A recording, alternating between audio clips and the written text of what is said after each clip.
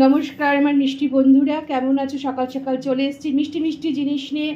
আজকে হচ্ছে শুভ দোল উৎসব। তা শুভ দোল উৎসবে কি সেটা মিষ্টি জিনিস না করলে তো ভালো লাগে না। তাই তোমাদের কাছে আজকে নিয়ে এসেছি একদম অনুষ্ঠান বাড়ির স্টাইলে আমসত্ত্ব খেজুর দিয়ে চাটনি। তো কিভাবে বানাচ্ছি, কি দিয়ে বানাচ্ছি, তোমরা আমার সাথে থাকো আর দেখতে থাকো। দেখো, নিয়েছি হচ্ছে এখানে আমসত্ত্ব দু রকমভাবে, একটা হচ্ছে কিউব করে কাটা আর একটা হচ্ছে স্লাইস রয়েছে। এখানে খেজুর কেটে রেখেছি বীজ ছাড়িয়ে, পাতিলেবু রয়েছে, আর এখানে জিরে, মৌরি আর শুকনো লঙ্কা। খুব ছোট্ট উপকরণ দিয়ে করব, খুব তাড়াতাড়ি হয়ে যাবে। তো চলো তাহলে কিভাবে করছি তোমরা দেখো, আমার সাথে থাকো। প্রথমে জিরে আর লঙ্কা আর মৌরি তিনটাকে রোস্ট করে নেব। দেখো, আমি তাওয়ার মধ্যে অলরেডি জিরে, মৌরি আর শুকনো লঙ্কাটা দিয়ে দিয়েছি জাস্ট একটু রোস্ট করার জন্য। আমি কিন্তু তাওয়াটা ভালো করে গরম করে তাওয়াটা আমি গ্যাসটা অফ করে দিয়েছি যাতে পুড়ে না যায়। আর এদিকে শুকনো লঙ্কাগুলো আমার হয়ে যাচ্ছে। জাস্ট 5 মিনিটস রেখে দেবে, সুন্দরভাবে রোস্ট হয়ে যাবে। এটা শিলেতে আমি গুঁড়ো করব, মিক্সিতে কিন্তু আমি গুঁড়ো করব না, ঠিক আছে? দেখো, আমার কিন্তু ভালোভাবে রোস্ট করে নিয়েছি যে জিরে, মৌরি আর শুকনো লঙ্কা। এবার এগুলো শিলে বেটে নেব।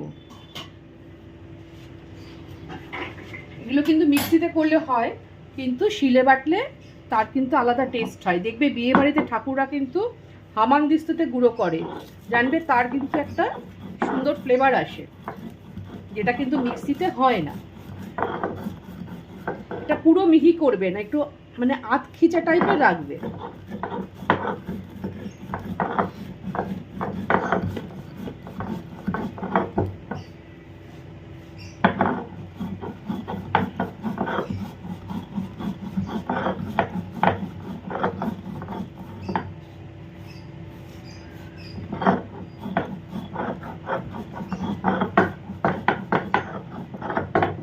দেখতে পাচ্ছ, ঠিক এইরকম পজিশনে এরকম খিচ মতো একটু রাখবে। আমার হয়ে গেল মশলাটা বাটা। এবার মেইন প্রসেসে যাব কিভাবে চাটনিটা করব। দেখো, প্রথমে আমি কড়াইতে কি করেছি, একটু জল দিয়ে নিয়েছি।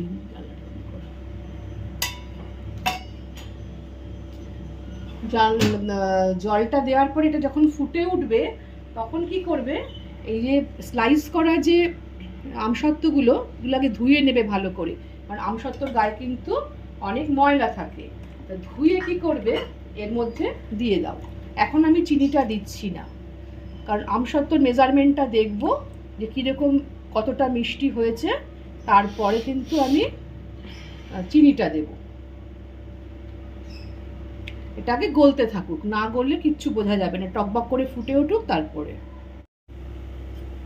দেখতে পাচ্ছ সুন্দরভাবে ফুটে উঠেছে এটা, আর কিন্তু গলেও গেছে আমসত্ত্বগুলো। এই অবস্থায় একটু নুন দিয়ে দেবো। তোমাদের আগেও বহুবার বলেছি, যে কোনো মিষ্টি খাবারে একটু নুন যদি না দাও তাহলে কিন্তু ব্যালেন্স হয় না। তাই একটু দিয়ে দিলাম নুন। আর এবার দিয়ে দেবো খেজুর।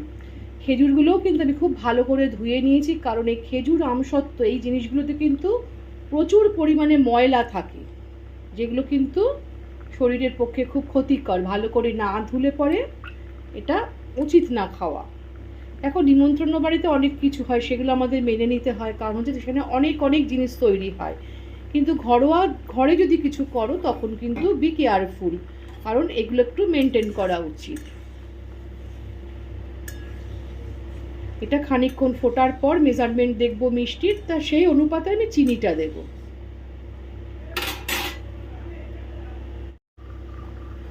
দেখো, আমি না যখনটা ফুটে উঠলো খেজুর আর তোমার আমসত্ত্ব দেওয়ার পরে, তখন কিন্তু আমি চেক করে নিয়েছিলাম যে মিষ্টিটা কি পরিমাণে আছে। তো আমি তখন দেখলাম যে মিষ্টি একটু লাগবে, তো আমি তখন একটু মিষ্টি দিয়ে নিয়েছি, অল্প একটু মিষ্টি দিয়েছি, সেটা তোমাদের দেখানো হয়নি।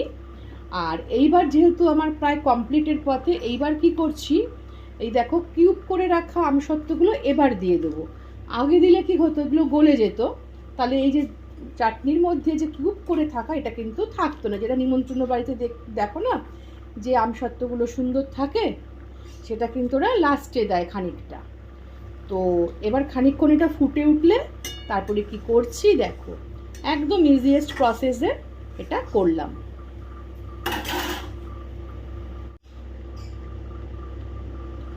দেখো আমার কিন্তু চাটনিটা ফুল রেডি।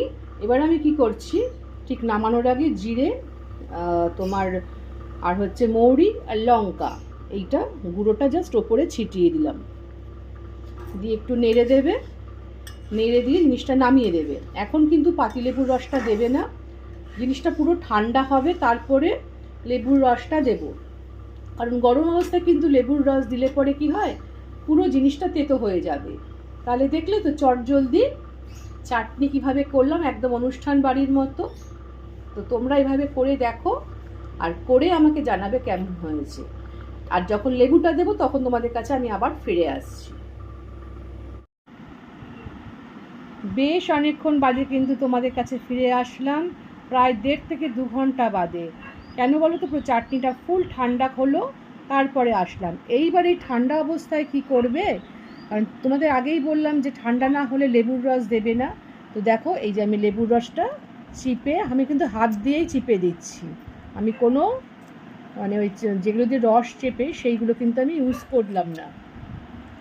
পুরো একটা গোটা আমি পাতিলেবু এর মধ্যে দিয়ে দিচ্ছি। এই যে ঠান্ডা হলে দিতে বলেছি, এক তো তোমার তেতো হবে না সেটা কারণ, আর 2 নম্বর কারণ হচ্ছে তোমার এর ফ্লেভারটা, পাতিলেবুর যে একটা ফ্লেভার খুব সুন্দর লাগে।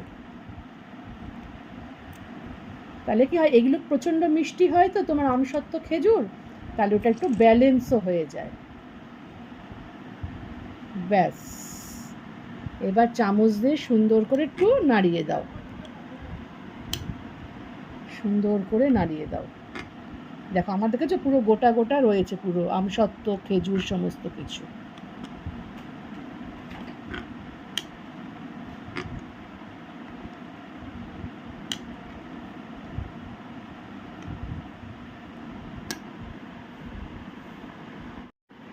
তাহলে বন্ধুরা দেখলে তো যে কিভাবে পরপর পরপর পুরো জিনিসটা করলাম। তো আজকে দোল, আজকে বেশি ঝঞ্ঝাট রান্নায় যাইনি, আজকে হচ্ছে আমার কপ্তা মাংস রান্না করছে, আমি চাটনিটা করলাম আর ভাত, ব্যাস। দোলে আর কি লাগে বলো, যেহেতু দোল, তো সেই জন্য আজকে মিষ্টি মিষ্টি খাবার তোমাদের সঙ্গে শেয়ার করলাম। তো এইরকম অনুষ্ঠান বাড়ির মতো চাটনি যদি খেতে ইচ্ছা করে, মিষ্টি দিদির মতো করে রান্না করে চটজলদি খেয়ে নাও। আর ভালো লেগে থাকলে লাইক শেয়ার কমেন্ট অবশ্যই করবে, ঠিক আছে?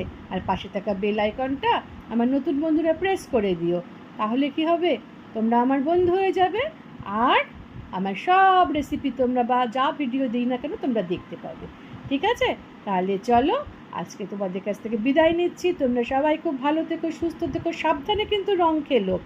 কারণ হচ্ছে রং খেলাটা যেমন ভালো, আবার কিন্তু খুব বিপজ্জনকও।